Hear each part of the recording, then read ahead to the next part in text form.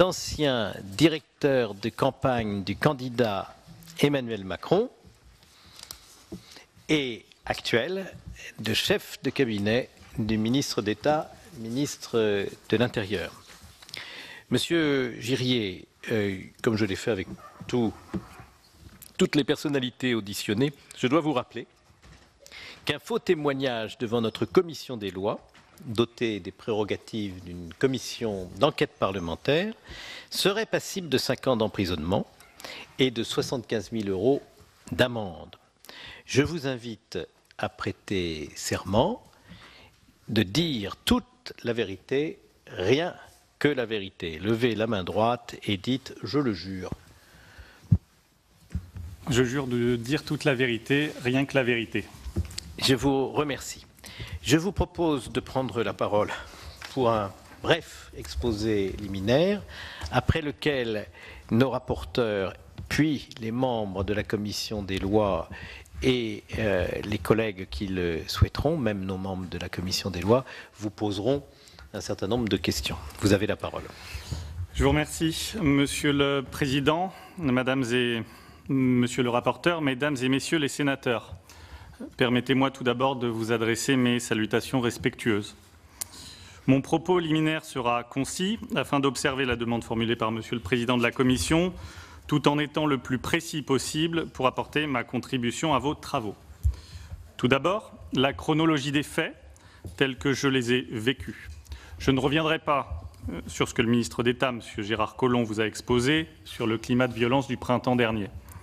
Le 1er mai, je travaillais à Beauvau, comme une grande partie du cabinet ministériel, afin de suivre le déroulement d'une journée qui s'annonçait délicate et s'est avérée d'une grande brutalité. À 19h45, j'ai accompagné le ministre d'État à la préfecture de police. Il s'est d'abord entretenu avec le préfet dans le bureau de ce dernier, avant de tenir en point presse dans la cour de la préfecture. La délégation s'est ensuite rendue dans la salle de commandement afin de saluer l'ensemble des fonctionnaires de police. Le préfet a présenté les images de vidéoprotection illustrant la tension encore palpable en cette fin de journée. Alors que nous étions présents depuis 5 minutes environ, une tape sur l'épaule m'a conduit, en me retournant, à découvrir la présence de M. Benalla ainsi que celle de M. Kras, que je connais tous les deux, j'aurai l'occasion d'y revenir. J'ai été étonné à la fois de les voir en ces lieux, de surcroît dans une tenue qui m'a semblé inappropriée parce que trop décontractée. Je souligne que le ministre d'État se tenait au centre de la salle de commandement, à une dizaine de mètres de nous environ. Je souhaite également préciser que le ministre d'État n'a pas fait d'accolade à M. Benalla. Il l'a salué, comme toutes les personnes présentes. Le ministre, que je connais de longue date, comme nombre d'entre vous d'ailleurs, n'est pas familier des accolades et salue de manière très courtoise les personnes, qu'ils les connaissent ou qu'ils ne les connaissent pas, comme c'était ici le cas.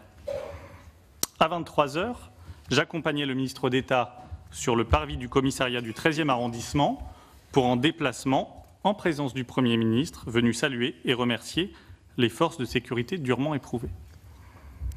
Le lendemain matin, mercredi 2 mai, précisément à 8h02, j'ai reçu un message d'un chargé de mission de l'Élysée comportant un lien vers un réseau social sur lequel était présentée la fameuse vidéo sur laquelle apparaissaient messieurs Benalla et Kras. Je les reconnaissais, ainsi que leur tenue, identique à celle qu'ils portaient la veille en salle de commandement.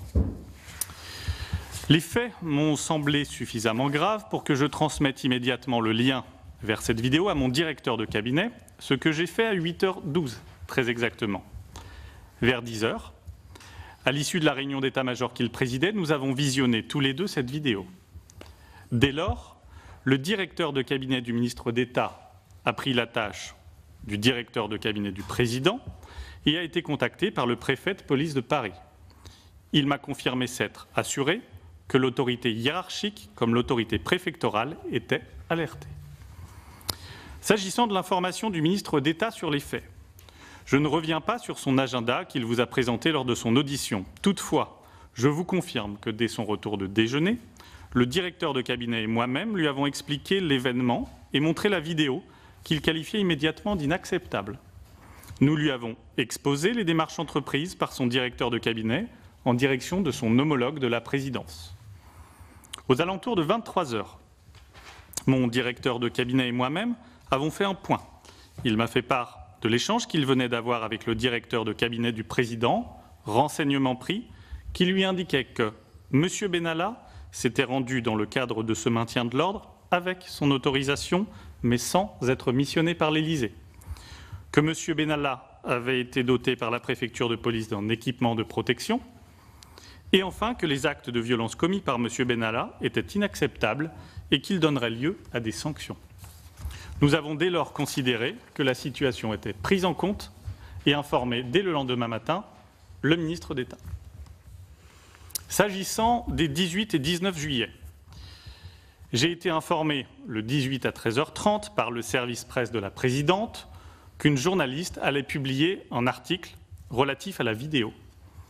Information que j'ai immédiatement transmise à mon directeur de cabinet, puis évoquée ensemble avec le ministre aux alentours de 15 heures. La parution de l'article révélera de nouvelles informations, en particulier le port d'embrassard de police et d'un équipement radio. Le ministre d'État a eu l'occasion de vous exposer les conséquences de celle-ci, à savoir une saisine IGPN le 19 juillet, dont le rapport vous a été transmis vendredi dernier. Venons-en à mes relations avec les deux protagonistes. Je les connais à des degrés différents, mais tous deux depuis la campagne du candidat Emmanuel Macron, dont, comme l'ordre du jour de votre commission l'a mentionné, j'ai assuré la direction de campagne à partir de janvier 2017. Premièrement, concernant M. Benalla. C'est donc dans le cadre de la campagne présidentielle que j'ai fait la connaissance de M. Benalla, qui assurait, à titre salarié, les fonctions de directeur de la sûreté et de la sécurité. Au cours de la campagne, j'ai appris à le connaître.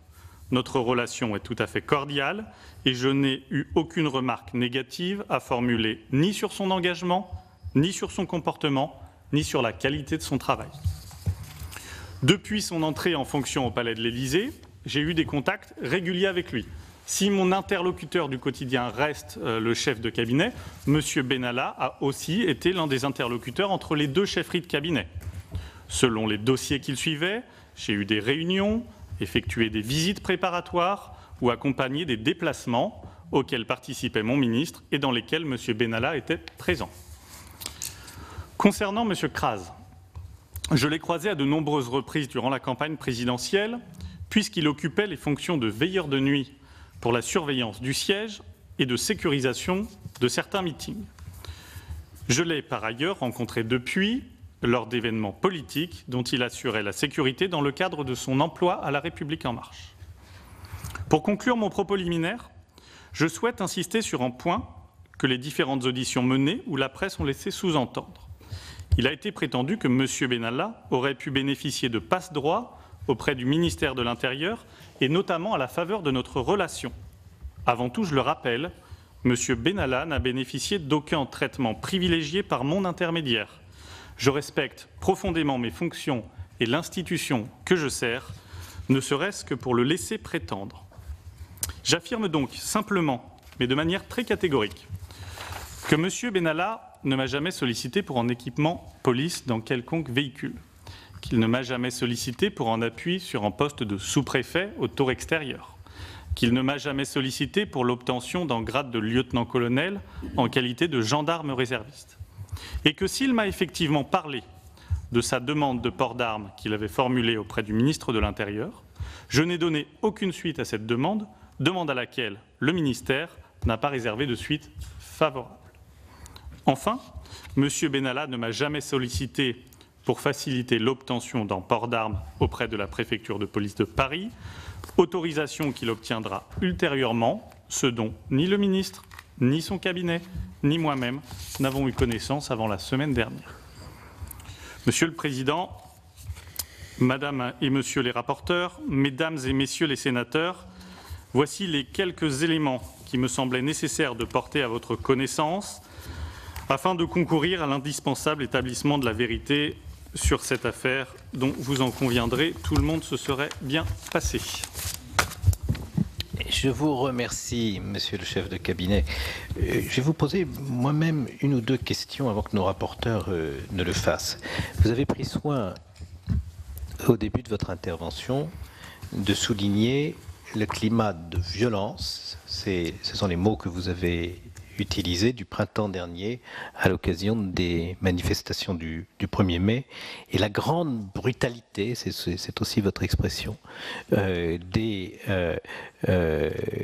actions qui se sont déroulées en marge de ces manifestations.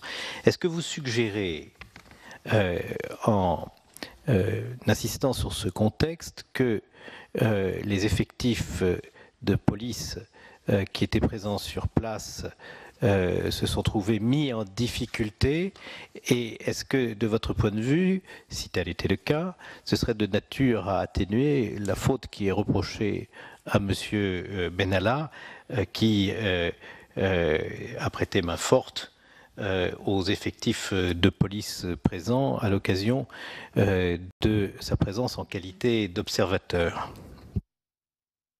Monsieur le Président, ce n'est pas le cas. Si j'ai soulevé le climat qui était celui-ci, c'est pour montrer l'attention qui put être celle du ministre ou de son entourage autour de ces événements.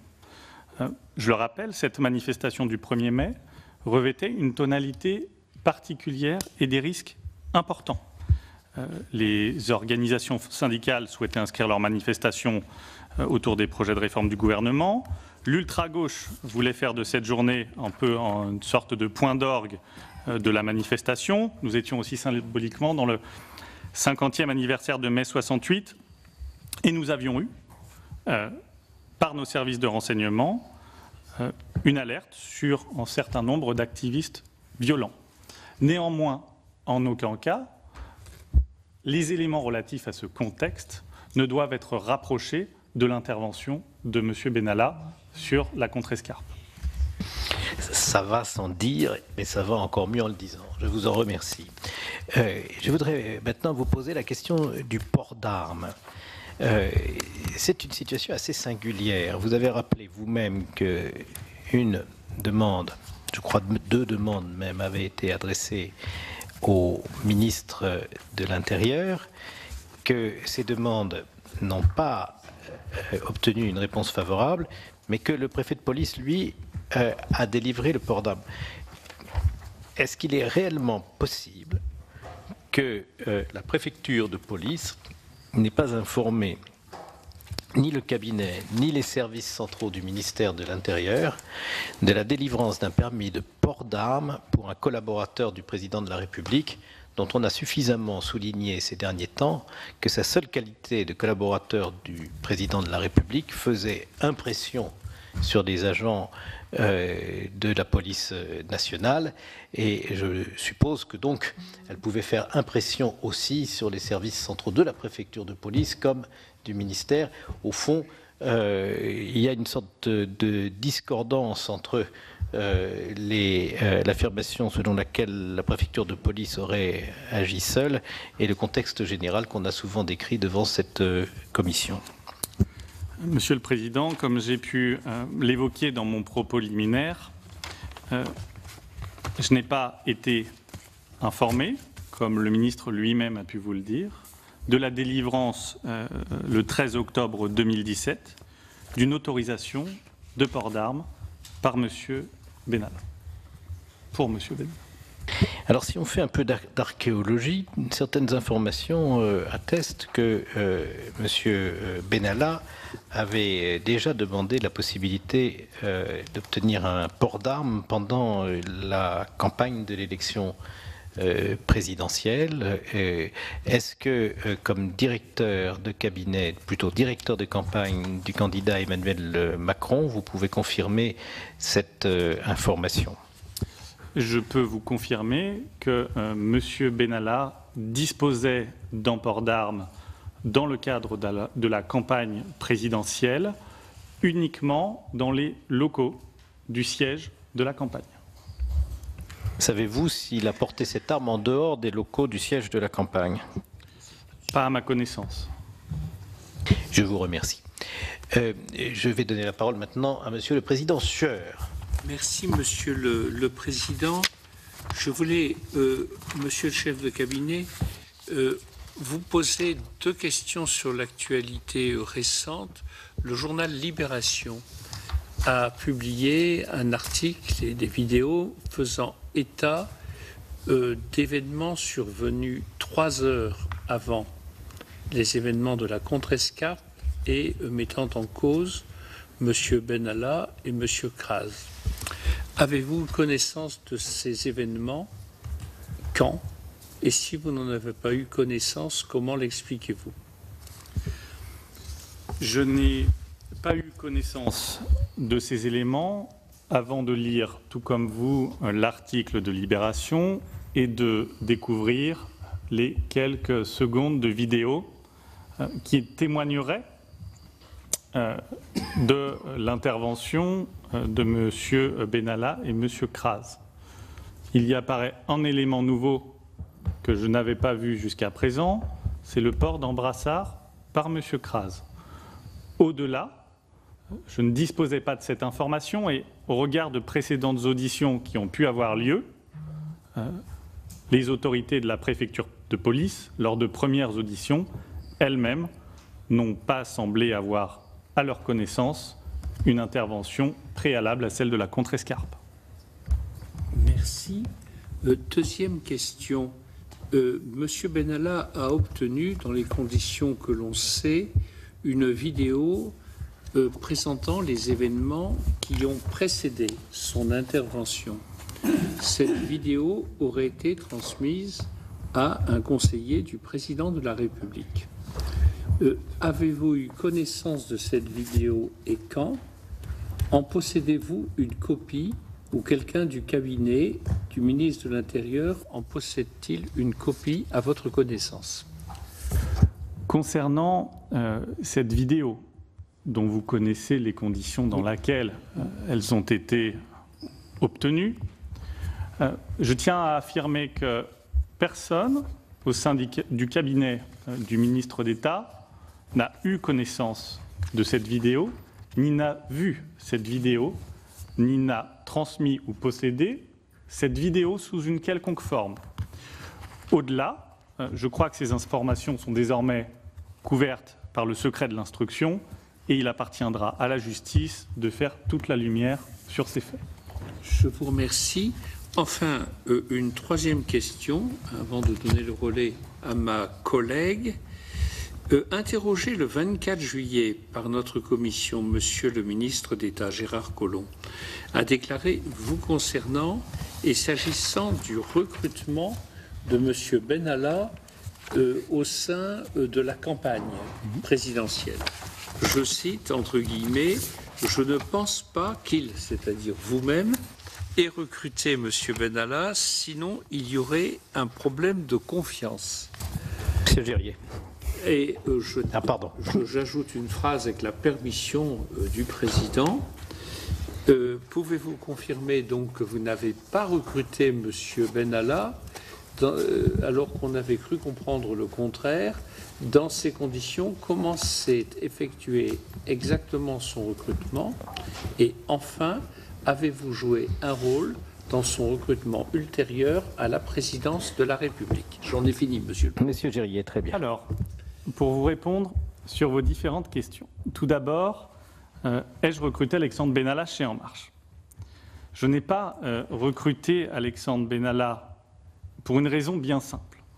D'abord, les recrutements étaient effectués par le trésorier de la campagne et les différents chefs de pôle qui organisaient cette campagne présidentielle, 3 pôles, en pôle affaires générales, en pôle communication et en pôle opérations et événementiel. En l'occurrence, la sécurité dépendait du pôle opération.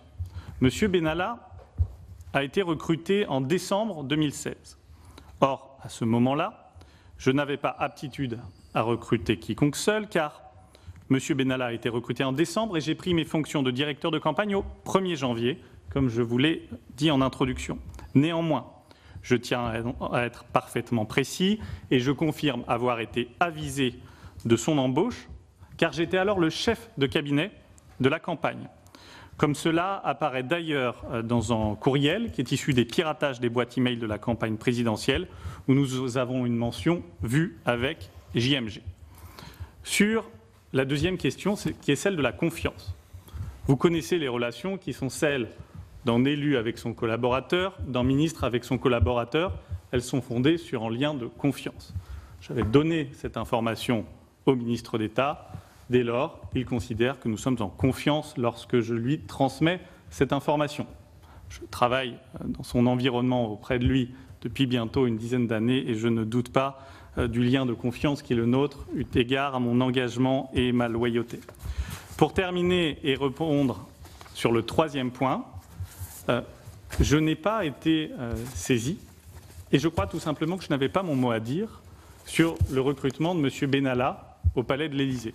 J'étais alors à Beauvau, en qualité de chef de cabinet, et je n'ai pas apporté en quelconque jugement ni en quelconque regard sur les recrutements qui sont effectués à la présidence de la République. Merci. Merci, Monsieur Girier. Madame Jourda. Merci, Monsieur le Président. Vous avez indiqué tout à l'heure, Monsieur Gérier, avoir revu Monsieur Benalla au cours de réunions ou de visites préparatoires. Quel était son rôle? J'ai eu l'occasion de revoir Monsieur Benalla à l'issue de la période durant laquelle il a fait l'objet d'une suspension.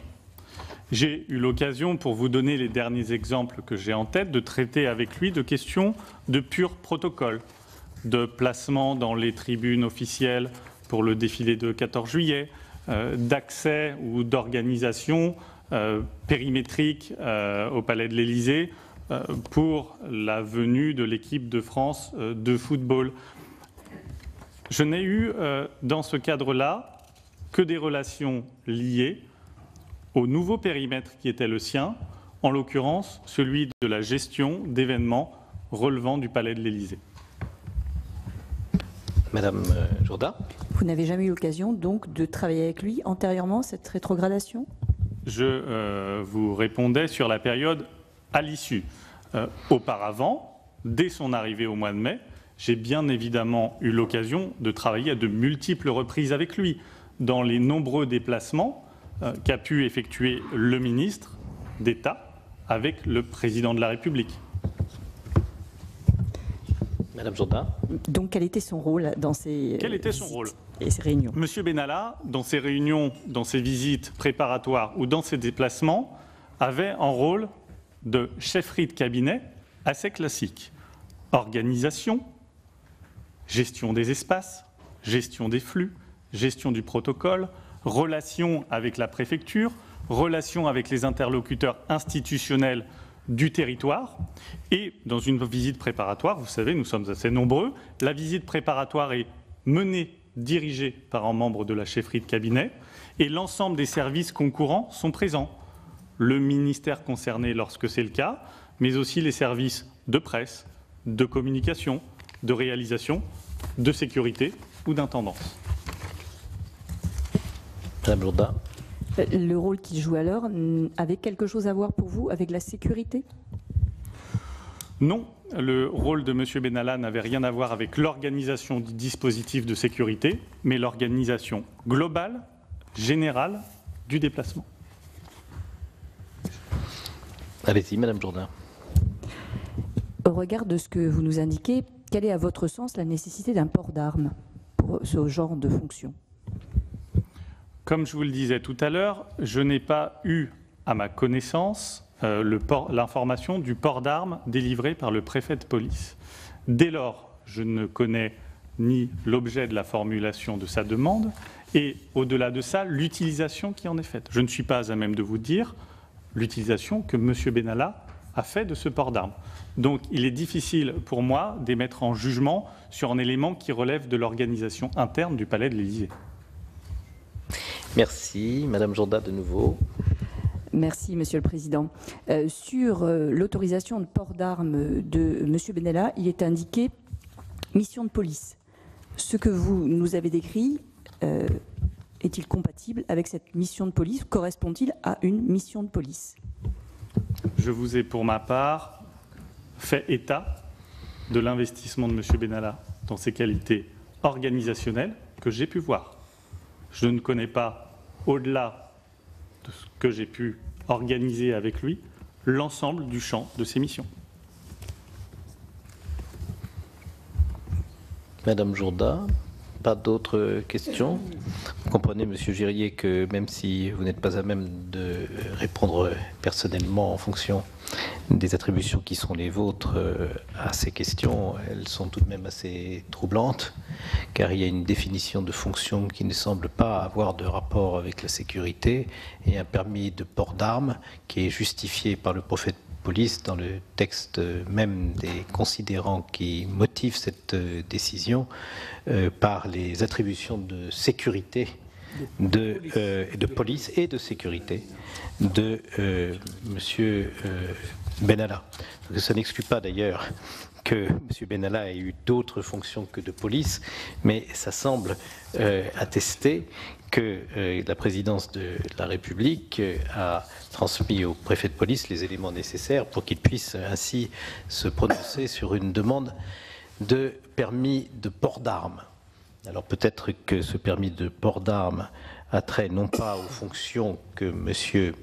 Benalla exerçait auprès du chef de cabinet pour la préparation des déplacements publics du chef de l'État, mais comme il nous a été indiqué qu'il était responsable de l'organisation des déplacements privés du chef de l'État, c'est là que ses compétences en matière de sécurité donnaient toutes leurs mesures.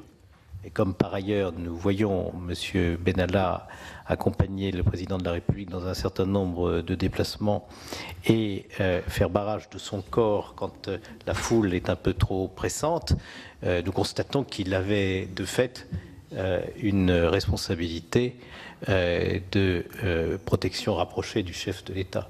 Mais sans doute ne l'avez-vous pas perçu directement malgré la publicité qui a pu lui être donnée. Monsieur le rapporteur, vous vouliez poser une autre question. Une précision.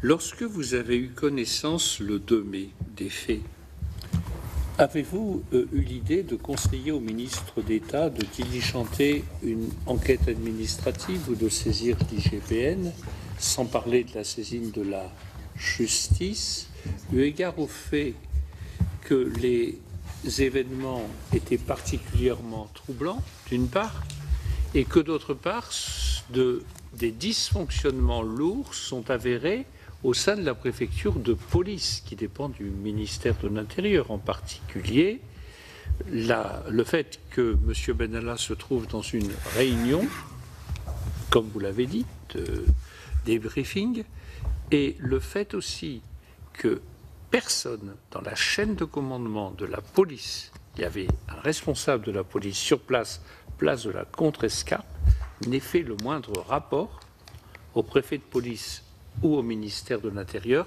sur les événements qui se sont passés. Je crois d'abord devoir rappeler qu'au regard de cette vidéo, je ne méconnais pas la gravité des faits, et je souhaite d'ailleurs comme vous que toute la vérité soit faite là-dessus. La justice en est saisie. Le plus grave pour moi eût été de n'avoir de la part de l'Élysée aucune réaction ni aucune sanction, ce qui n'a pas été le cas. D'abord, il ne m'appartenait pas personnellement de transmettre en article 40 au procureur de la République. Je ne suis pas fondé à agir. Dès connaissance de la vidéo, j'ai transmis immédiatement tous les éléments à mon autorité hiérarchique, qui elle-même a procédé aux diligences nécessaires avec l'Élysée et avec la préfecture de police. Comme l'a rappelé le ministre lors de son audition, il appartenait à l'autorité hiérarchique la plus à même d'apprécier les faits, de transmettre, le cas échéant, en article 40 au procureur. Et en outre, dans toute la chaîne décisionnelle, il est apparu que personne n'a estimé opportun de le faire. Concernant l'article 40 en particulier, je reviendrai après sur la question de l'IGPN. Le ministre vous l'a dit, dans la pratique, les ministres de l'Intérieur agissent quasi uniquement sur des faits qui constituent des délits de presse. Il n'a pas à se substituer à ceux qui sont en responsabilité au plus près du terrain pour recueillir les éléments et effectuer le cas échéant des signalements. Au-delà, sur la question de l'IGPN, je vous rappelle qu'un signalement avait été effectué sur la plateforme de l'IGPN, auquel l'IGPN a considéré de ne pas devoir donner suite, et que par ailleurs, en l'occurrence, nous n'étions pas dans une situation où les auteurs de violences étaient des policiers. Or, le rôle de l'IGPN est aussi bien d'assumer et d'assurer le suivi des fonctionnaires de la police nationale dans de telles situations. Merci de votre réponse. S'agissant de l'article 40, nous avons eu l'occasion plusieurs fois de le répéter, cet article 40 ne comporte aucune espèce de restriction sur la nature des autorités publiques qui doivent le mettre en mouvement. Et si le ministre de l'Intérieur s'est fait pour lui-même sa propre doctrine, à supposer même qu'elle corresponde à celle de ses prédécesseurs, ça n'est qu'une doctrine, car en réalité, l'obligation pèse sur lui comme sur toute autre autorité publique. Alors on peut s'interroger et dire, mais oui, est-ce que les faits justifiaient vraiment de déclencher l'article 40 ? Et nous avons interrogé plusieurs personnalités qui sont en responsabilité et qui auraient pu le décider elles-mêmes. Elles ont dit, voilà, c'est l'appréciation que nous avons faite. Ces appréciations, les autorités préfectorales qui les ont présentées devant nous les ont mutuellement confortées. Mais la seule chose qui soit absolument certaine, c'est qu'en ce qui concerne le procureur de la République, lui, quand il a eu connaissance des faits, il n'a pas estimé qu'ils étaient en dessous du niveau qui permette l'ouverture d'une enquête préliminaire, puis d'une instruction.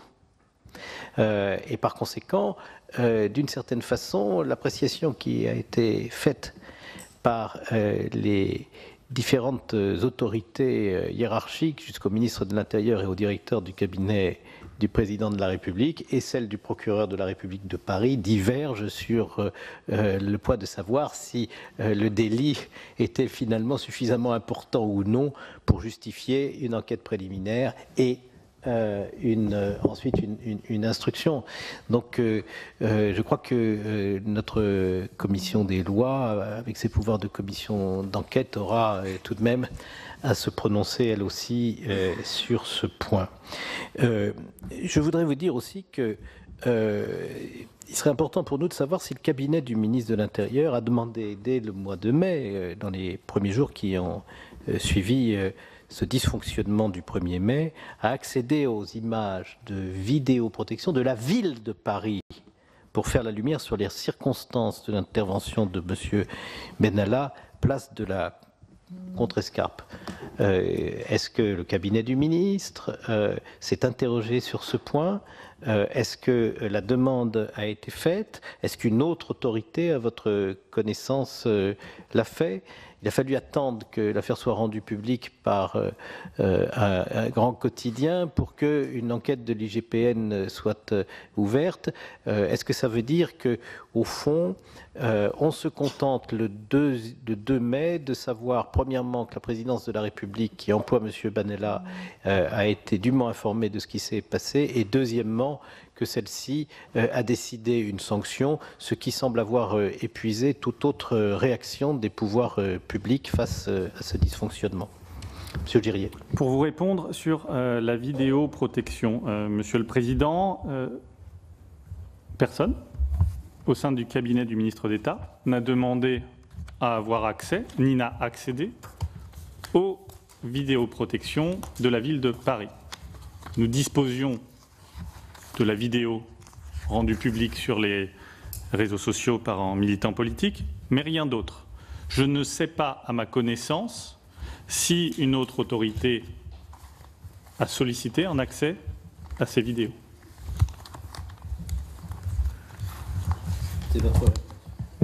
Je vous remercie. Madame Jacky de Remédy. À moins que les rapporteurs aient encore des questions, je ne veux pas les priver de les poser. Madame de Remédy. Alors, les collègues doivent savoir qu'ils ont 1 minute pour poser leurs questions chacun. Hein. Merci, Monsieur le Président. Monsieur le chef de cabinet, vous avez dit que vous n'étiez pas à l'origine de la demande d'équipement police de la voiture, que le permis de port d'armes, il vous avait été demandé, mais que bon, ça n'avait pas été accordé, que l'attribution du grade de lieutenant-colonel, c'était pas vous non plus. Pour une personne aussi proche du président de la République, comment se fait-il que votre avis ne soit jamais pris en compte? Vous êtes quand même le ministère de l'Intérieur et vous devriez être consulté quand il s'agit de quelqu'un qui va être si proche du président. Madame la sénatrice, vous savez, dans ces cas-là, pour moi, l'important est de savoir faire la part des choses.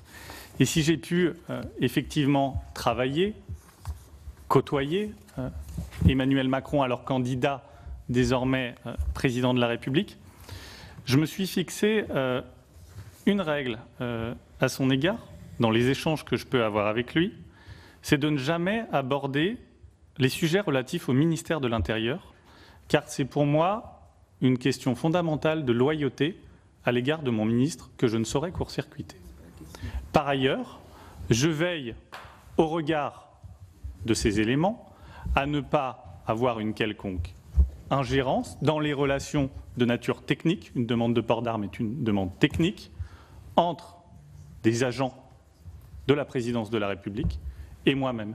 Et comme je l'ai dit dans mon propos introductif, en aucun cas et à aucun moment, je n'ai servi pour de quelconque passe-droit entre M. Benalla et le ministre de l'Intérieur. Mais, monsieur le chef de cabinet, savez-vous au moins si le préfet de police, quand il a rendu sa décision, était au courant du refus que les services centraux du ministère de l'Intérieur avaient opposé à la même demande? Je n'ai pas connaissance de cette information. Je vous remercie. Madame de la Gontrie. Merci, Monsieur le Président. Monsieur le chef de cabinet, vous l'avez bien compris, nous sommes soucieux et attentifs et préoccupés de la qualité, de la sécurité et de la protection du président de la République. Vous avez indiqué tout à l'heure que vous n'aviez pas procédé vous-même au recrutement d'Alexandre Benalla, dont vous avez précisé qu'il avait été recruté en décembre 2016 par le mouvement En Marche. Je pense qu'on peut être d'accord sur le fait que le trésorier signe le contrat car il est trésorier, mais que ce n'est pas lui qui prend la décision de recruter tel ou tel dans une équipe de campagne. Du coup, nous ne savons pas qui a décidé de recruter M. Benalla, mais ce n'est pas tellement le sujet de ma question. Lorsque ce recrutement, j'ai envie de dire formel, intervient en décembre 2016, j'imagine qu'un certain nombre d'assurances, de vérifications sont faites de manière à ce que le poste qui s'apprête à lui être confié, vous l'avez rappelé tout à l'heure, responsable de la sécurité, soit adapté.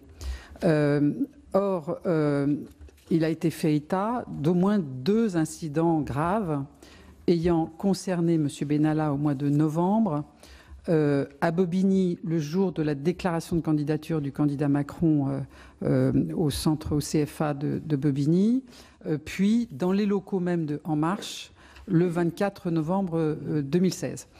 Ma question est donc, est-ce que vous contestez l'existence de ces incidents? Est-ce que vous avez fait vérifier la fiabilité ou la conformité de M. Benalla au poste que vous apprêtiez à lui confier? Parce que vous voyez bien que sur l'ensemble de ces sujets, ce qui nous préoccupe, c'est l'adéquation entre le comportement de ce monsieur et les responsabilités qui ensuite lui seront confiées, dans un premier temps par le mouvement politique, dans un deuxième temps par la présidence de la République. Monsieur le chef de cabinet. Madame la sénatrice, pour répondre à votre question, concernant M. Benalla, dont je vous ai indiqué avoir été avisé du recrutement, mais ne pas y avoir procédé, je ne connaissais pas l'antériorité de son parcours. J'avais à ma connaissance quelques éléments, par exemple le fait qu'il se soit engagé au service d'ordre du Parti socialiste durant de nombreuses années, en particulier le fait qu'il ait déjà agi sur une campagne présidentielle, ce qui lui confiait une certaine expérience et qui était une forme de plus-value dans la démarche de mise en place du dispositif de sécurité d'En Marche. J'avais par ailleurs l'information selon laquelle il aurait travaillé comme garde du corps à l'Office européen des brevets ou encore l'action qu'il menait alors auprès du délégué interministériel aux Outre-mer. Concernant les faits que vous évoquez, je laisserai le qualificatif de gravité à votre appréciation, pour une simple et bonne raison. Prenons le premier cas, celui de Bobigny, le jour où M. Macron annonce sa candidature à l'élection présidentielle. Je crois que beaucoup d'entre vous connaissent ce qu'est une élection, ce qu'est une campagne et ce à quoi sert un service d'ordre. Dès lors, dans un événement de ce type, que vous avez, en l'occurrence un militant politique qui vient perturber un événement, vous avez un service d'ordre dont la mission est d'extraire la personne de cette pièce. Je le confirme, cela ne se fait généralement pas dans la plus grande cordialité puisque c'est un peu difficile. Les personnes qui viennent perturber un meeting ne le font pas, ou en tout cas le font généralement avec une forme de tension certaine à laquelle il faut savoir répondre. Et en l'occurrence, c'était le cas à Bobigny. Quant au second point auquel vous faites écho, je vous confirme en avoir entendu parler, il s'agissait néanmoins, pour moi, de conflits de voisinage, de conflits d'usage, et en aucun cas d'éléments qui auraient été de nature à rompre la confiance que nous pouvions alors accorder à M. Benalla pour assurer le dispositif de sécurisation de la campagne qui, je le rappelle, portait sur la sûreté et sur la sécurité. C'était un périmètre assez large.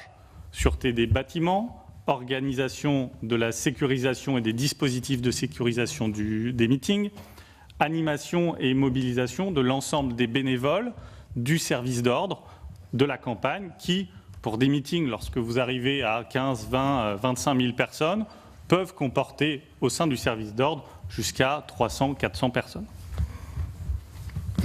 Merci de votre réponse, Madame Trundlé. Merci, Monsieur le Président.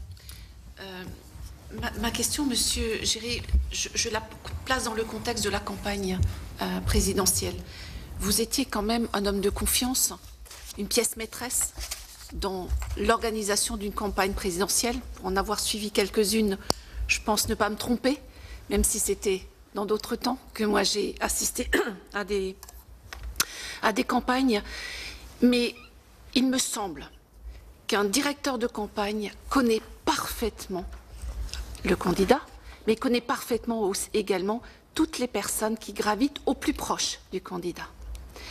Donc je suis un petit peu surprise que vous ne connaissiez pas plus que cela le parcours, que vous n'ayez pas, vous, recruté cette personne qui était au plus proche du président Macron, et enfin du candidat à l'époque. Et ma question est la suivante. À aucun moment, vous n'avez été consulté par le président de la République lorsqu'il a recruté, enfin lorsqu'a été recruté M. Benalla à la présidence de la République, alors que vous étiez l'homme de confiance pendant la campagne et vous connaissiez sans doute au mieux toutes ces personnes qui gravitaient autour du président. Monsieur le chef de cabinet. Monsieur le chef de cabinet. Madame la sénatrice, la question de la proximité, quelque part, doit être graduée. Si vous me posez la question, pour moi, la proximité du président de la République, enfin, en tout cas d'Emmanuel Macron, candidat à la présidentielle, était davantage ses conseillers en communication, ses conseillers sur le fond, ses conseillers organisant les déplacements de la campagne, ses conseillers organisant les finances et les RH, davantage que ceux de la sécurité. Et en l'occurrence, durant la campagne, Emmanuel Macron n'avait affaire à M. Benalla que lorsqu'il était à l'extérieur du siège de la campagne, dans le cadre de déplacements ou dans le cadre de meetings. Dès lors, et je vous redirai la même réponse que j'ai pu formuler à Monsieur le Président, M. Macron n'avait pas, devenu président de la République, à me solliciter sur un quelconque avis à émettre sur M. Benalla dans le cadre de sa campagne. Certes, il n'avait pas à le faire, mais peut-être l'a-t-il fait tout de même. C'est la question de notre collègue, en tout cas. Oui. Et je vous confirme qu'il ne l'a pas fait. Le président de la République s'est entouré de collaborateurs, a mis en œuvre ses recrutements. Pour ma part, j'étais bien affairé, avec mon directeur de cabinet, à organiser l'équipe qui s'installait à l'hôtel de Beauvau. Est-ce que, monsieur le chef de cabinet, d'autres membres de l'équipe de sécurité de la campagne ont eu après l'élection présidentielle des fonctions au sein de l'exécutif, que ce soit dans les ministères ou à l'Élysée? À ma connaissance, nous avons la situation de M. Kras. M. Kras, en qualité de gendarme réserviste affecté à la garde républicaine, qui a, et je n'en ai pas les preuves, été affecté auprès du commandement militaire de la présidence de la République. Et au-delà de ça, j'ai uniquement connaissance d'une personne qui, au début de la campagne, avait assuré la sécurité du président de la République et qui, ayant été réintégré, car il est un ancien membre du GIGN, ayant été réintégré à la gendarmerie nationale, est aujourd'hui au GSPR, le siège du président de la République. Merci de cette réponse. Monsieur François Pilet. Oui, Monsieur le Président, ma question vient dans la droite ligne de celle qui vient de vous être posée. Imaginons qu'il y ait autour du président de la République un certain nombre d'autres contractuels dont la mission aurait un rapport direct ou indirect avec la sécurité du président. Est-ce qu'il serait concevable que vous ne le sachiez pas, que vous ne les connaissiez pas? Je crois, de ce point de vue-là, que les choses sont assez claires sur la sécurité de la présidence. Nous avons d'un côté le GSPR pour la protection personnelle, individuelle et celle des déplacements du président de la République, le commandement militaire pour la sécurisation du palais et la préfecture de police assure la sécurité périmétrique. Il est bien évident que si d'autres personnes interagissaient, nous en serions informés, mais ce n'est pas le cas. Le GSPR est commandé par le colonel Lavergne, le commandement militaire par le général Biofarina, qui sont les interlocuteurs sur les grands enjeux de sécurité. Et je me permettrai de rajouter au-delà de ça qu'à ma connaissance, nous n'avons pas eu d'incident majeur mettant en cause ou ne garantissant pas la sécurité du président de la République lors de ses déplacements, information qui, je l'espère, serait remontée au ministère de l'Intérieur. Monsieur Alain Richard. J'ai plutôt des questions pour nos rapporteurs en tant que membres de la commission d'enquête pour savoir comment nous progressons. Sur le sujet de l'attribution de la décision répondant à une demande de port d'armes, avons-nous sollicité le formulaire de demande?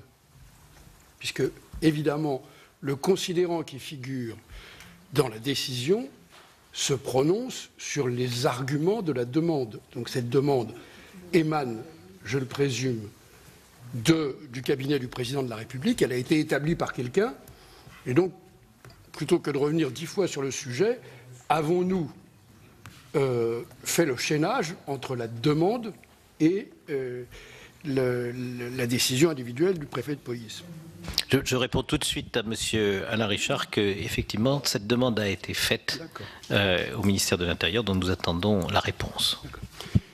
Deuxièmement, ce point m'était venu à l'esprit déjà, et je n'avais pas pensé à poser la question, mais c'est la préfecture de police qui, si je comprends bien, exploite, pour tous les sujets d'ordre public et d'ailleurs de circulation, le réseau de vidéoprotection de la ville de Paris. Avons-nous le dispositif, enfin l'élément, je suppose, contractuel, qui organise la consultation permanente par la préfecture de police du réseau de vidéoprotection de la ville de Paris, puisque compte tenu de la réglementation spécifique à la police administrative et à la police municipale à Paris, je suppose que c'est le droit commun. Mais du fait que des questions se posent sur l'accès à ces documents vidéo, je pense que le plus simple est que nous ayons la base de texte. Enfin, dernier point, qui est une simple observation à propos des étapes qui ont conduit au recrutement de M. Benalla. J'ai quelque expérience du fonctionnement du service d'ordre du Parti socialiste. C'est le seul que je connaisse, à vrai dire. Je pense qu'il faisait référence depuis longtemps et que donc le fait d'y avoir servi durablement était en soi un argument de recrutement. Mais Madame et Monsieur le rapporteur, avez-vous quelque chose à ajouter? Peut-être la question sur la vidéoprotection, c'est une demande intéressante. Je ne sais pas si nous l'avons déjà faite, mais elle pourrait être faite. on pourrait tout à fait donner suite à la proposition d'Alain Richard et demander ce document que nous n'avons pas demandé par opposition au précédent que vous avez cité. Donc je voulais juste dire un mot sur le mot interagir. Donc vous considérez que M. Benalla n'a pas interagi par rapport à l'ensemble du dispositif de sécurité du président de la République, bien qu'il dispose d'un port d'armes pour raison de police, et bien qu'il dispose d'une voiture police, dont on ne sait pas d'ailleurs au juste par qui il a été décidé de la mettre en place. Et j'ajouterai encore un mot, si le président le permet, par rapport à cette relative opacité qui apparaît bizarrement entre le ministère de l'Intérieur et la préfecture de police. Parce que comment expliquer qu'alors qu'un personnage qui n'avait rien à faire là arrive dans un accoutrement qui vous a d'ailleurs étonné, monsieur le chef de cabinet, dans une réunion de commandement, il n'y ait pas d'explication demandée, pas de réaction du ministère de l'Intérieur. Et d'autre part, je reprécise, parce que tout à l'heure vous n'avez pas apporté de réponse, il y avait bien un responsable de la police place de la Contrescarpe. Celui-ci, voyant les agissements des deux personnes concernées, il aurait dû quand même, pour le moins, rendre compte. Et on pourrait penser, vu la qualité de ces personnes, que le préfet de police aurait pour le moins rendu compte au ministère de l'Intérieur. Pourquoi cela n'a pas eu lieu et quelles conséquences en tirez-vous? Monsieur le chef de cabinet. Alors, pour répondre, monsieur le rapporteur, à votre question, ou plutôt vos questions. Tout d'abord, monsieur Benalla n'a pas, à ma connaissance, interagi avec les services de sécurité. Deuxième point, concernant son véhicule, je crois sur ce point-là qu'une réponse a pu être apportée par le général dirigeant le commandement militaire, à savoir que ce véhicule était un véhicule de la présidence de la République, équipé par la présidence de la République. Sur l'opacité évoquée entre le ministère de l'Intérieur et cette grande maison qu'est la préfecture de police, avec plus de 40 000 agents. Si on a bonne mémoire, monsieur le préfet de police lui-même n'était pas informé de la venue de monsieur Benalla dans la salle de commandement en ce 1er mai. Vous savez, le ministre de l'Intérieur voit lui remonter un grand nombre d'informations. Mais il est à la tête d'un ministère de près de 300 000 personnes.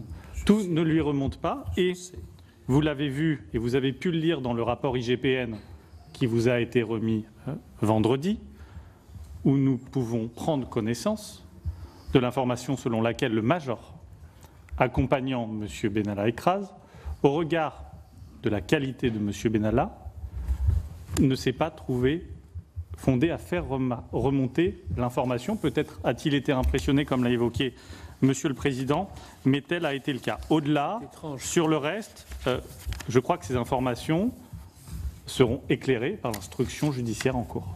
Oui, mais Monsieur le chef de cabinet, sans insister trop lourdement sur ce point, la question de notre rapporteur ne portait pas sur le major, qui effectivement est un agent, je crois, de grande qualité, mais dont le grade ne lui a pas paru justifier qu'il s'interpose ou même qu'il fasse un rapport.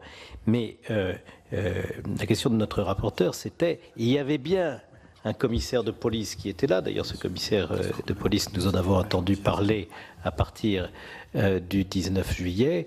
Il y avait bien un commissaire de police qui était là. Comment se fait-il qu'il n'ait pas fait rapport de cette situation, à tel point qu'il a fallu qu'il y ait une vidéo qui circule pour que vous disiez avoir été informé de ce qui s'était produit, de même que l'Élysée. Or, quand vous voyez la vidéo, vous trouvez ça très important, et vous avez rappelé tout à l'heure dans la journée du 2 mai ce qui s'est produit, les échanges d'informations entre l'Élysée et le cabinet du ministre de l'Intérieur.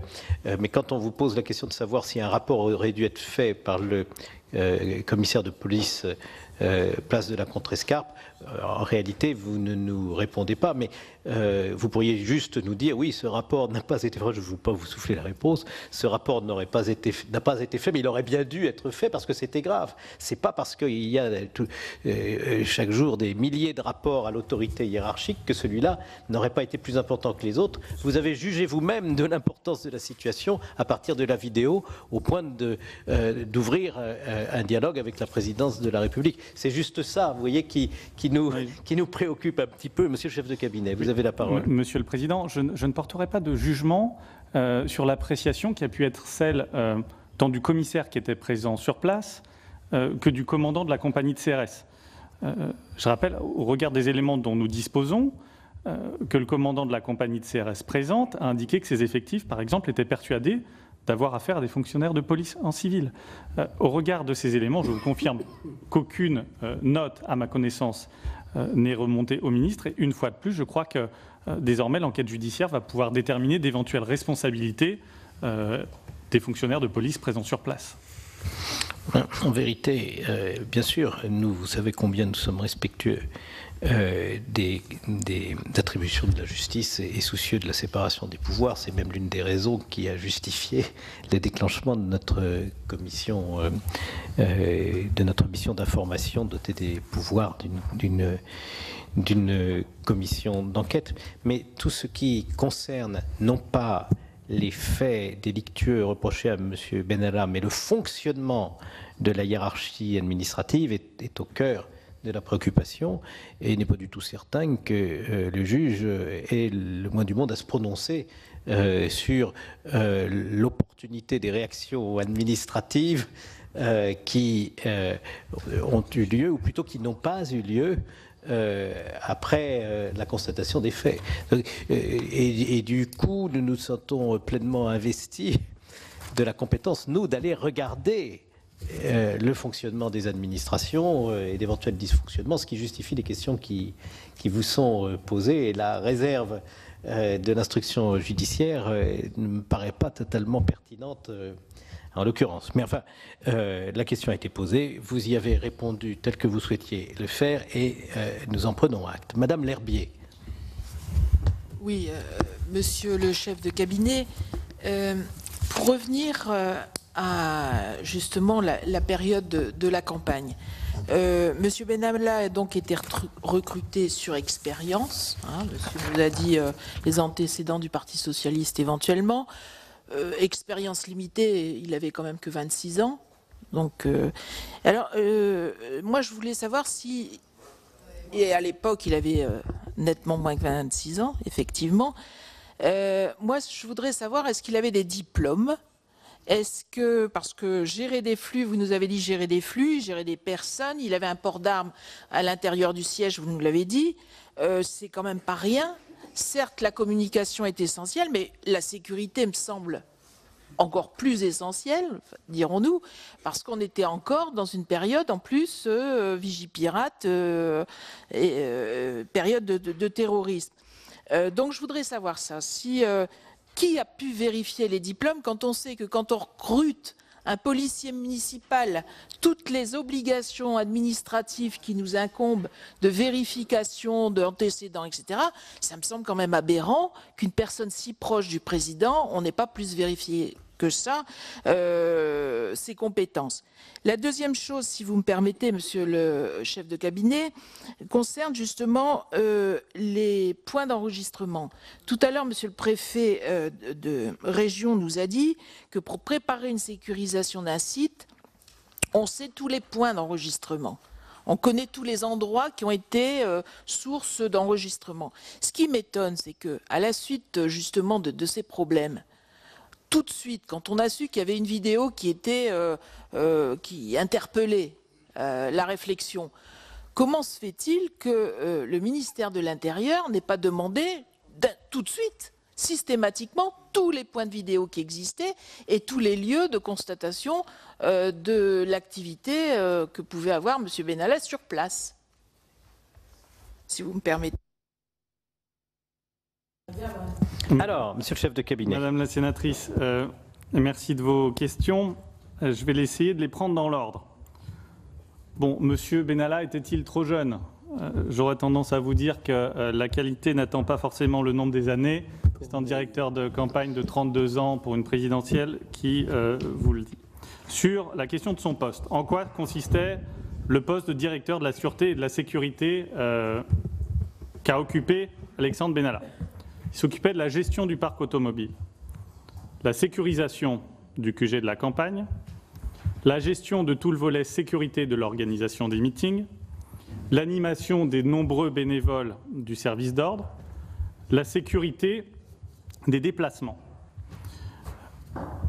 Concernant ces qualités... Excusez-moi, dans tous les mots comptent, hein, est-ce que ça veut dire qu'il n'avait pas de fonction de protection rapprochée, autrement dit qu'il n'avait pas de fonction de garde du corps aussi pendant cette période-là? Je crois que de ce point de vue-là, vous posez, Monsieur le Président, une question qui est intéressante dans le déroulement chronologique d'une campagne. Il faut savoir que le jour où Emmanuel Macron, ministre de l'économie, a démissionné, il s'est retrouvé du jour au lendemain sans aucune protection de l'État. Quand on a quitté mes fonctions ministérielles, je n'avais plus de protection non plus. C'est normal. Mais je ne l'ai pas évoqué. Il a dû, jusqu'au mois de janvier, organiser en démarrage de campagne électorale sans protection mise en œuvre par l'État. Par conséquent, le mouvement En Marche a mis en place une sécurité privée pour M. Macron. Je rappelle qu'à l'époque, nous avons eu des meetings jusqu'à 25 000 personnes. Ce n'est pas rien. Nous avons eu de très nombreux déplacements et il convenait d'apporter une sécurité à une personnalité alors en vue. Dès lors que la sécurité du candidat Emmanuel Macron a été assurée par l'État, par des agents et des fonctionnaires de police du SDLP, nous n'avons alors, au sein du mouvement En Marche, plus assuré la protection physique, la bulle individuelle du candidat jusqu'à la fin de la campagne, qui a été prise en compte de manière progressive par l'État. Mais monsieur Macron n'est candidat que le 16 novembre. Oui, monsieur Macron est candidat le 16 novembre et monsieur Macron dispose d'une protection par l'État au mois de janvier. Merci. Oui, continuez, pardon. Monsieur le Président, pour répondre à la question de Madame la sénatrice, concernant sa situation, je crois devoir rappeler la situation administrative de monsieur Benalla qui, sans revenir sur ses diplômes, doit être regardée également au regard de la réglementation applicable sur les activités privées de sécurité. Et voici les éléments relatifs à sa situation qui ont été fournis par le Conseil national des activités privées de sécurité, le CNAPS. Sa carte professionnelle d'agent de sécurité lui a été délivrée en février 2014 et est valable jusqu'en février 2019. Elle fait suite à une première carte délivrée en 2011.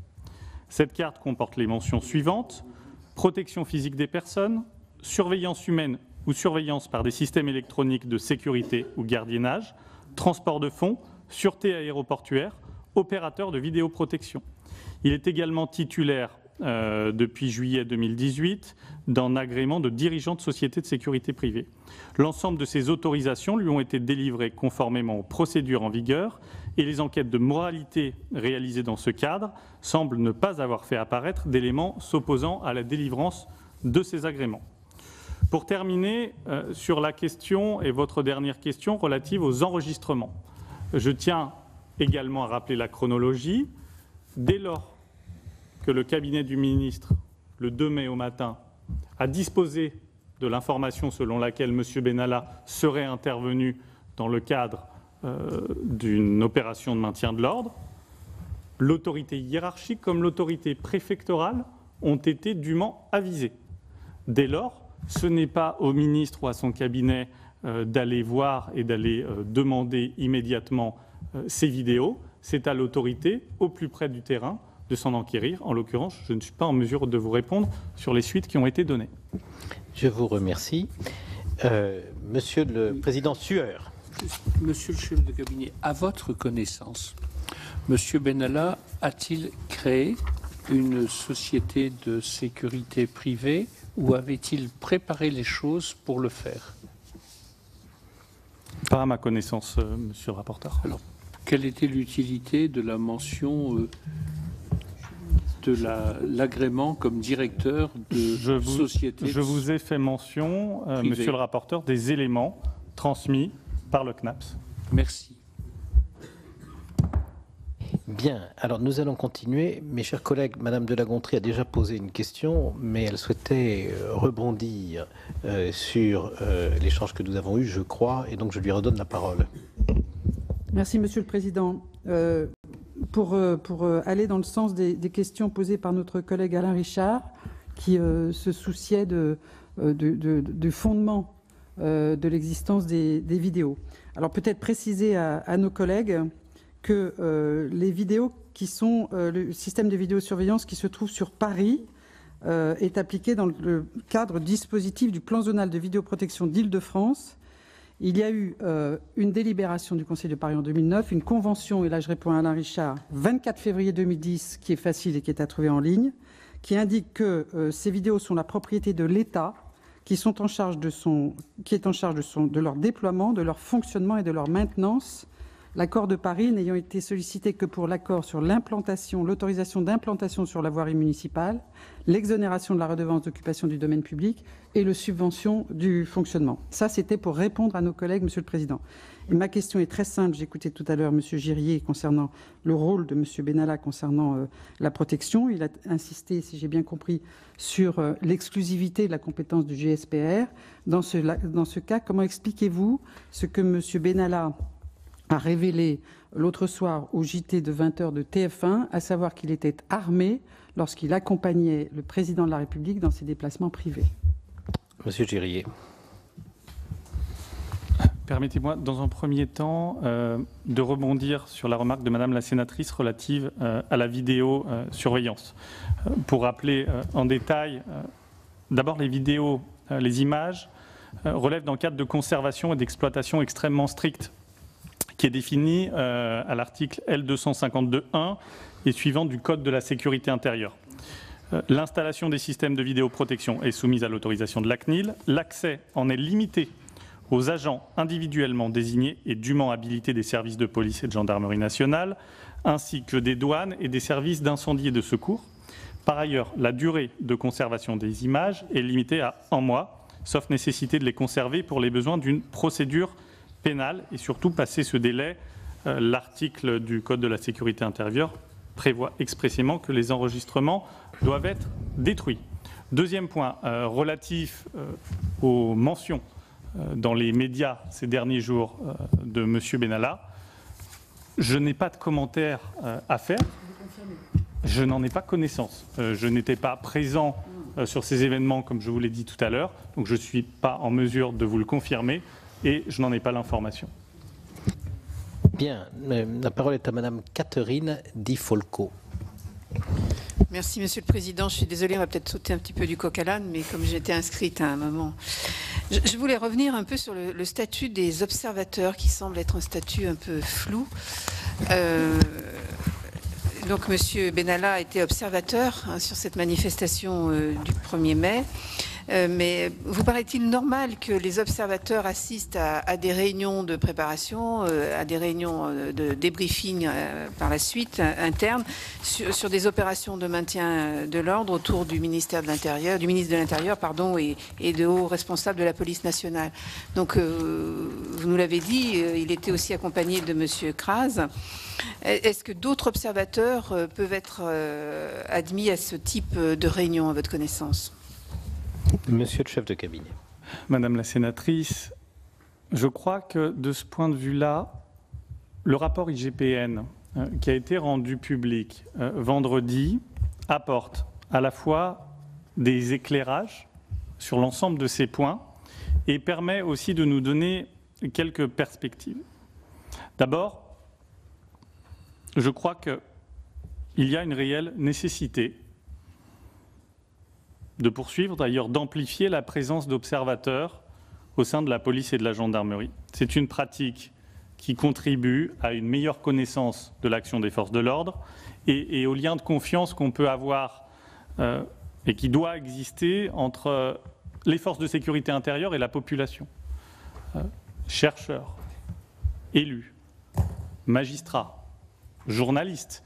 Il est important d'avoir un certain nombre de ces personnes qui viennent partager, ne serait-ce que l'espace d'une journée, ce que représente aujourd'hui la vie de nos forces de sécurité.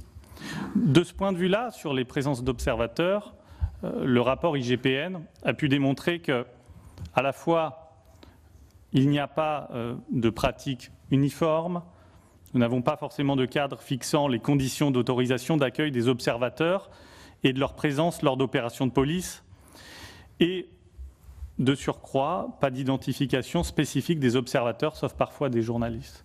Et je crois, Madame la sénatrice, que vos remarques rejoignent une partie des conclusions de l'IGPN, avec la nécessité de mieux encadrer, à la fois en ayant des briefings en amont et des briefings à l'issue pour expliquer la conduite à tenir, la bonne distance à avoir, et en même temps expliquer à l'issue quel a été le travail des forces de sécurité.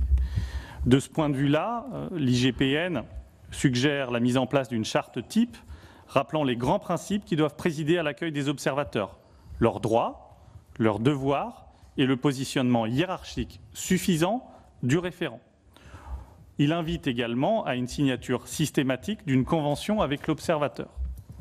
Et enfin, le rapport IGPN invite au port d'un signe distinctif permettant d'identifier l'observateur sans ambiguïté. Je crois que le ministre d'État saura, dans les tout prochains jours, se saisir de ce rapport IGPN pour permettre, à l'avenir, de maintenir dans un cadre désormais mieux organisé et mieux régulé la présence des observateurs. Merci, Monsieur le chef de cabinet. Monsieur Jacques Bigot. Merci, Monsieur le Président. Monsieur le Président, vous avez indiqué que M. Girier était entendu à la fois comme chef de cabinet du ministre de l'Intérieur, mais également comme directeur de campagne du Président de la République. Monsieur Girier, en cette qualité de directeur de campagne, vous pouvez nous préciser quelle était dans la campagne la place, à ma connaissance éminente, de Gérard Collomb. Nous avez indiqué quelles étaient les fonctions de M. Benalla dans l'organisation des meetings. Est-ce qu'il vous est vraisemblable que le ministre de l'Intérieur n'ait pas connu, ne sache pas qui était M. Benalla lorsqu'il le rencontre avec vous, d'apparemment ce que vous avez dit à plusieurs reprises? Monsieur le chef de cabinet. Monsieur le sénateur, concernant la place de M. Gérard Collomb, alors maire de Lyon et président de la métropole de Lyon, dans le cadre de la campagne de M. Macron. Je crois que cette place, c'était la place d'un élu engagé et investi pour un projet auprès d'un candidat à la présidentielle. Il rencontrait régulièrement le président de la République. Ils échangeaient ensemble. Ils partageaient, tant sur le fond que sur la forme, un certain nombre de discussions. Mais vous pensez bien, et je vous l'atteste, que lors de ces réunions, M. Benalla n'était pas présent. Et si M. Collomb a pu rencontrer, durant la campagne, M. Benalla, il ne l'a croisé que de vue. Il l'a vu dans des circulations, il l'a vu devant une porte dans un backstage, il l'a vu à proximité d'un véhicule à un départ de cortège, mais jamais, à aucun moment, il ne s'est trouvé dans une réunion de travail quelconque en sa présence. Dès lors, il le connaissait de vue, mais comme je vous l'ai dit, il ne connaissait ni son nom, ni son prénom, ni ses fonctions. Merci de cette réponse, Madame Canaillet. Oui, merci, Monsieur le Président, Monsieur le chef de cabinet, vous nous dites effectivement que vous étiez dans les premières personnes qui ont été informées des agissements de M. Benalla le 1er mai et que vous avez pris toutes les mesures qui s'imposaient en saisissant vos autorités hiérarchiques. Moi, je voudrais vous poser 3 questions. La première, c'est à quelle date, à quel moment avez-vous connu la nature de la sanction qui a été prononcée à l'encontre de M. Benalla ? Avez-vous eu l'occasion ou avez été informé de la présence de M. Benalla sur des événements postérieurs à la mise en œuvre de cette sanction et a fortiori, avez-vous été informé ou avez-vous eu connaissance ou avez-vous pu constater des comportements de M. Benalla qui dépassaient ces nouvelles fonctions plus protocolaires qui lui étaient attribuées après sa rétrogradation? Merci. Monsieur le chef de cabinet. Merci Madame la sénatrice. Pour vous répondre, je rappelle, je n'ai pas été informé le 1er mai, mais le 2 mai au matin. Concernant la nature de la sanction, mon directeur de cabinet et moi-même avons été informés par le directeur de cabinet de la présidence le 2 mai au soir qu'une sanction allait être prise.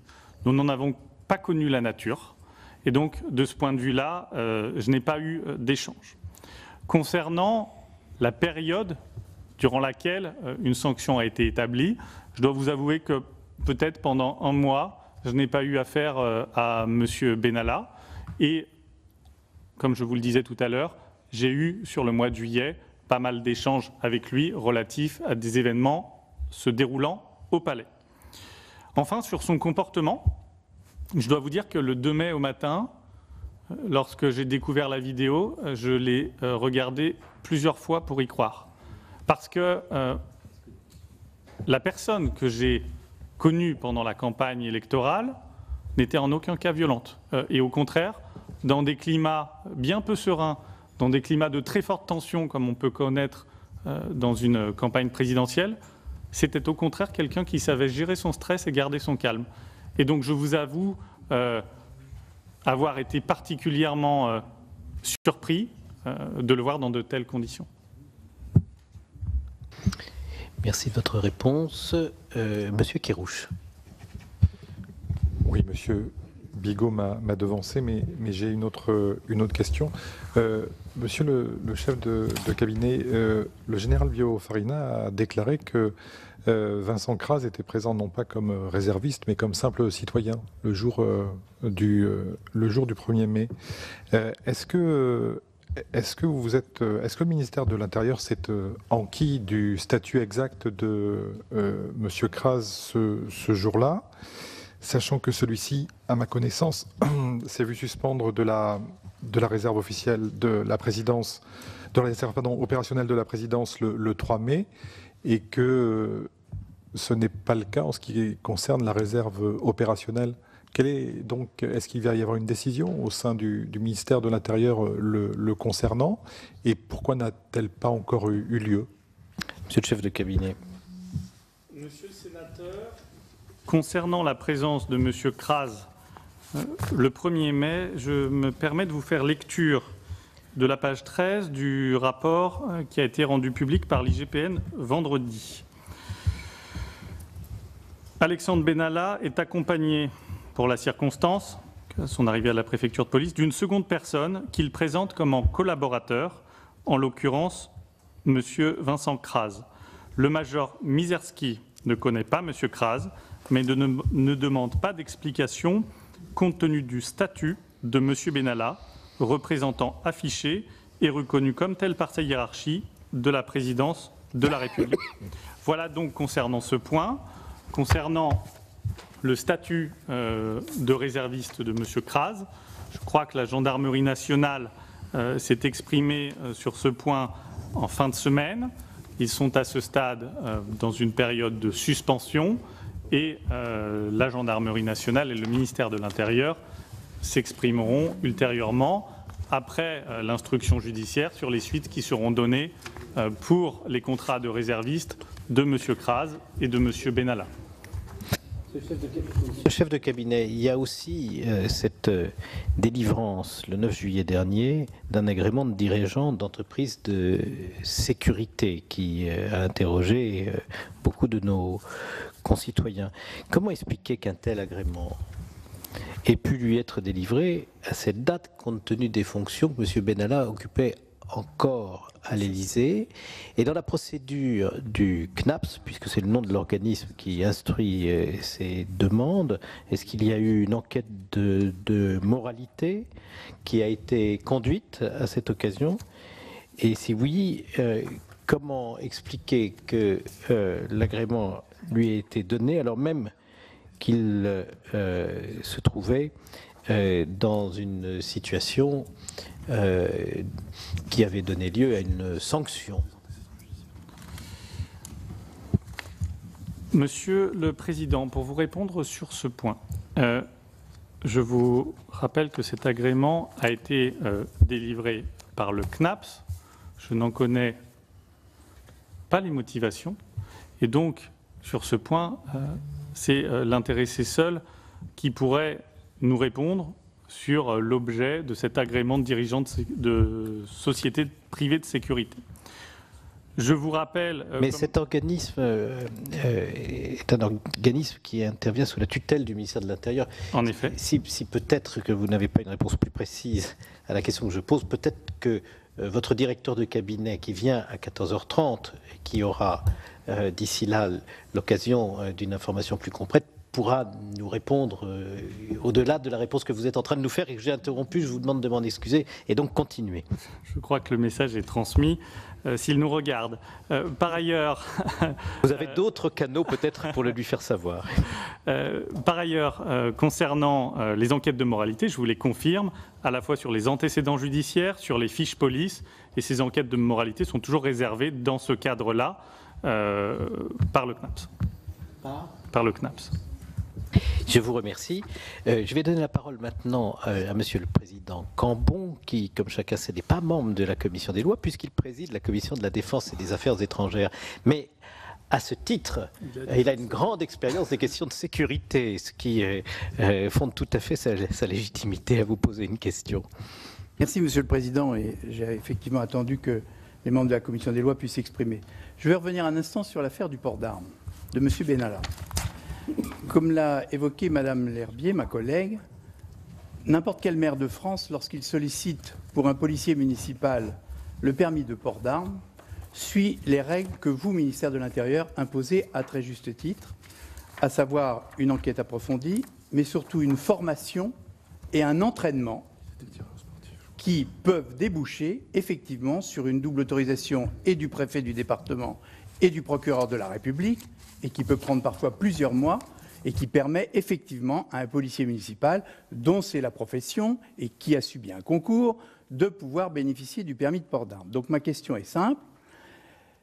Quelle formation M. Benalla a-t-il reçu pour bénéficier d'un port d'armes? Avez-vous des renseignements précis sur les séances d'entraînement qu'il a pu subir, puisque cette personne est à proximité immédiate du chef de l'État? Et par ailleurs, est-ce qu'il y a d'autres personnes qui, bénéficiant d'un port d'armes, ont été dispensées d'une manière ou d'une autre de cette séquence extrêmement longue et extrêmement difficile qui consiste à bénéficier d'un permis de port d'armes pour pouvoir exercer cette mission de sécurité? Monsieur le chef de cabinet. Monsieur le sénateur, je me permettrai de vous répondre pour la période relative à la campagne électorale, considérant sur la période élyséenne qu'il ne m'appartient pas de porter une appréciation quelconque et je n'ai pas connaissance. D'abord, sur les instructions de port d'armes, je vous confirme qu'il y a une instruction par la DLPJ au ministère de l'Intérieur et l'avis de plusieurs services, renseignement territorial, unité de coordination de lutte antiterroriste et avis du DGPN. Je tiens néanmoins à rappeler que M. Benalla s'est vu délivrer une autorisation de port d'armes en octobre 2017 sur un fondement différent, sur le fondement du Code de la sécurité intérieure, sans que le cabinet du ministre ni le ministre n'en ait été informé. Auparavant, M. Benalla disposait d'un port d'armes durant la campagne présidentielle. Il était à titre personnel tireur sportif, mais je ne saurais vous apporter d'éléments précis sur les exercices et le nombre de tirs réglementaires et réguliers qu'il a pu effectuer. Je vous remercie. Monsieur Kuipers. Merci, Monsieur le Président. Au fur et à mesure des auditions qui sont menées par cette commission, j'ai un sentiment, peut-être que trop personnel, d'avoir affaire à M. Benalla comme étant un électron libre. À savoir même que le jour où s'est passé cet événement, il a dit que lui-même, il avait fait un acte citoyen. Il l'a déclaré en disant pour aller aider les forces de police. Alors ma première question, est-ce que les forces de police étaient insuffisantes ce jour-là? Mais plus précisément, j'aurais voulu savoir de qui dépend directement, hiérarchiquement, M. Benalla. Question simple, toutes deux. Monsieur le chef de cabinet. Sénateur, question simple, réponse simple. La hiérarchie de M. Benalla est assez simple. Il est chargé de mission auprès du chef de cabinet du président de la République. Son N+1 est donc le chef de cabinet du président de la République qui a au-dessus comme autorité le directeur de cabinet du président de la République. Concernant la situation dans laquelle se trouvaient les forces de police sur la place de la Contrescarpe, je crois sur ce point que ce sera à l'instruction et à la justice d'éclaircir ces faits et je ne me permettrai pas de les qualifier. Monsieur Bocquet. Oui, merci Monsieur le Président. Monsieur le chef de cabinet, je voudrais revenir aux propos liminaires que vous avez tenus. Vous avez dit qu'à propos des éventuels passe-droits dont a pu bénéficier M. Benalla, que vous avez rappelé, vous avez dit précisément que M. Benalla n'avait bénéficié d'aucun traitement privilégié par mon intermédiaire. Et M. le Président Bas a rappelé tout à l'heure que chaque mot compte effectivement. Donc vous avez bien dit par mon intermédiaire. Faut-il comprendre par là que M. Benalla aurait pu bénéficier de certaines faveurs de la part d'autres intermédiaires extérieurs au ministère de l'Intérieur, si je puis dire? Monsieur le chef de cabinet. Monsieur le sénateur, vous comprendrez qu'en la matière, je ne suis pas fondé à apporter une appréciation sur d'autres interventions que les miennes. Très bien. Mes chers collègues, si vous n'avez pas d'autres questions... Si, monsieur le rapporteur. Oui. Les photos qui circulent faisant état de la présence de M. Benalla avec le président de la République le 12 mai à Porquerolles sont-elles des faux grossiers? Je n'en ai aucune idée. Je vous remercie. Notre audition est donc terminée. Je vais lever la séance tout en vous rappelant que nous nous retrouvons, mes chers collègues, à 14h30. Nous auditionnons M. Stéphane Frattacci, qui est directeur du cabinet du ministre d'État, ministre de l'Intérieur. La séance est levée.